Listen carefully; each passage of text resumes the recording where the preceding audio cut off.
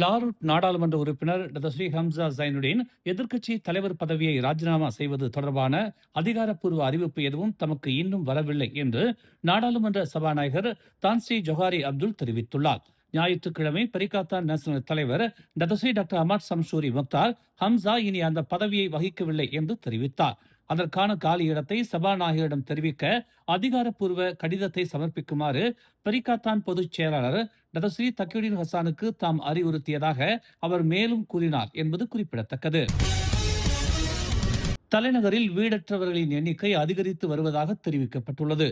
நடைபாதைகளிலும் இருண்ட சந்துகளிலும் வசிப்பவர்களின் எண்ணிக்கை ஒவ்வொரு ஆண்டும் அதிகரித்து வருவதாகவும் அவர்களில் பெரும்பாலோர் கோலாலம்பூரை சேர்ந்தவர்கள் அல்ல என்றும் கோஸ்மோ செய்தி வெளியிட்டுள்ளது. பெரும்பாலும் சபா, சராவா, கிளந்தான், பேரா மற்றும் ஜொகூர் ஆகிய இடங்களில் இருந்து வேலை தேடி இடம்பெயர்ந்தவர்களாக அவர்கள் இருப்பதாகவும், ஆனால் பலரும் வேலை கிடைப்பதற்கு முன்பே பணம் தீர்ந்த நிலையில் இருப்பது தெரிய வந்ததாகவும் தெரிவிக்கப்பட்டுள்ளது. சிலர் நிதி நெருக்கடியால் தெருக்களுக்கு தள்ளப்படுகிறார்கள். மற்றவர்களோ வாடகை செலுத்துவது போன்ற கடமைகள் இல்லாத சுதந்திர உணர்விற்காக இந்த வாழ்க்கை முறையை தேர்ந்தெடுக்கிறார்கள். நகரம் முழுவதும் உள்ள பல முக்கிய பகுதிகளில் 500க்கும் மேற்பட்ட வீடற்ற மக்கள் குவிந்துள்ளதாகவும், கடந்த ஆண்டுகளுடன் ஒப்பிடும் போது இந்த எண்ணிக்கை அதிகரித்துள்ளதாகவும் தெரிவிக்கப்பட்டுள்ளது. நாடு முழுவதும் உள்ள தனது எரிபொருள் நிலையங்களில் ஜூன் மாதம் இறுதி வரை எரிபொருள் விநியோகம் பாதுகாப்பாக இருக்கும் என்று பெட்ரோனாஸ் உறுதி அளித்துள்ளது. இது முன்னர் கணிக்கப்பட்டிருந்ததை விட ஒரு மாதம் கூடுதல் என்று தெரிவித்துள்ளது. நாட்டின் எரிபொருள் தேவைகளில் சுமார் 50 விழுக்காட்டினை தனது பொது பங்கு துணை நிறுவனமான பெட்ரோனாஸ் டகாங்காங் பெர்ஹாட் மூலமாகவும், மீதமுள்ளவற்றை மலேசியாவில் செயல்படும் பிற எண்ணெய் நிறுவனங்கள் மூலமாகவும் பூர்த்தி செய்வதாக அந்த தேசிய எண்ணெய் நிறுவனம் அறிவித்துள்ளது. மத்திய கிழக்கு மோதலால் ஏற்பட்ட உலகளாவிய எரிசக்தி நெருக்கடிக்கு மத்தியில் தனது எரிபொருள் நிலைய வலையமைப்பு முழுவதும் போதுமான இருப்பு இருப்பதை உறுதி செய்வதற்காக தனது விநியோக சங்கிலியை தொடர்ந்து தீவிரமாக நிர்வகிக்கும் என்று பெட்ரோனாஸ் தெரிவித்தது.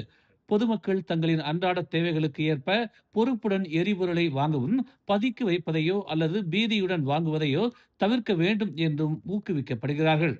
பொறுப்பான பயன்பாடு அனைவருக்கும் தொடர்ச்சியான எரிபொருள் கிடைப்பதை உறுதி செய்ய உதவும் என்று பெட்ரோனாஸ் வலியுறுத்தியது. மலேசியா ஒரு எண்ணெய் உற்பத்தி செய்யும் நாடாக இருந்தாலும் ஈரானில் நடக்கும் போரின் தாக்கம் மலேசியாவிலும் ஏற்பட்டுள்ளதாகவும், நாட்டின் கச்சா எண்ணெய் தேவைகளில் கிட்டத்தட்ட 40 விழுக்காடு ஹார்முஸ் ஜலசந்தி வழியாகவே கொண்டுவரப்படுவதாகவும் பெட்ரோனாஸ் கூறியது.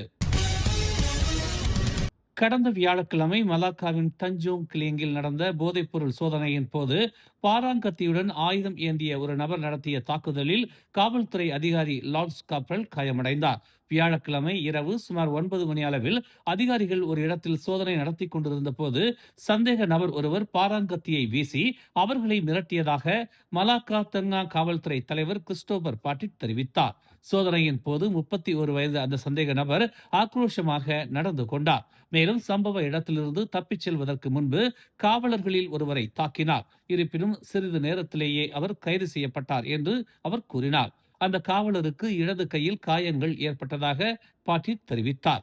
கொலை முயற்சி, அபாயகரமான ஆயுதத்தால் காயம் ஏற்படுத்துதல், குற்றவியல் மிரட்டல் மற்றும் ஒரு அரசு ஊழியரை அவரது கடமைகளை செய்ய விடாமல் தடுத்தல் உள்ளிட்ட 6 குற்றச்சாட்டுகளின் கீழ் அந்த சந்தேக நபர் மீது இன்று ஆயர்க்ரோ மஜிஸ்ட்ரேட் நீதிமன்றத்தில் வழக்கு பதிவு செய்யப்படும் என்று அவர் தெரிவித்தார். அந்த நபர் மீது பொது இடத்தில் அபாயகரமான ஆயுதத்தை வைத்திருந்ததற்கும் போதைப் பொருட்களை வைத்திருந்ததற்கும் குற்றம் சாட்டப்படும் என்றும் அவர் கூறினார். ஏப்ரல் 10ஆம் தேதி ஸ்கூடாய் பண்டார் செலேசா ஜெயாவில் உள்ள ஒரு இடைநிலைப் பள்ளிக்கு வெளியே வெடித்த கலவரம் தொடர்பாக ஜொகூர் பாரு மஜிஸ்ட்ரேட் நீதிமன்றத்தில் 14 மாணவர்கள் மீது குற்றம் சுமத்தப்பட்டது. 12 முதல் 16 வயதுக்குட்பட்ட 6 மாணவர்கள் மஜிஸ்ட்ரேட் நபீலா நிசாம் முன்னிலையில் குற்றச்சாட்டுகள் வாசிக்கப்பட்ட பின்னர் தங்கள் குற்றத்தை ஒப்புக்கொண்டனர். மீதமுள்ள 8 மாணவர்கள் 15 முதல் 17 வயதுக்குட்பட்டவர்கள் விசாரணையை கோரினர். குற்றப்பத்திரிகையின் அடிப்படையில் கடந்த வெள்ளிக்கிழமை மதியம் சுமார் 12:45 மணியளவில் ஸ்கூடாய் பண்டார் செலேசா ஜெயாவில் உள்ள ஜலான் சிலாட் லிங்காவில் அமைந்துள்ள SMK தமான் செலேசா ஜெயா பள்ளிக்கு முன்பாக மாணவர்கள் கலவரத்தில் ஈடுபட்டதாக குற்றம் சாட்டப்பட்டது. இக்குற்றச்சாட்டுகள் தண்டனை சட்டத்தின் பிரிவு 147 கீழ் பதிவு செய்யப்பட்டுள்ளது. குற்றவாளி என நிரூபிக்கப்பட்டால் 2 ஆண்டுகள் வரை சிறை தண்டனை, அபராதம் அல்லது இரண்டும் சேர்த்து விதிக்கப்படலாம்.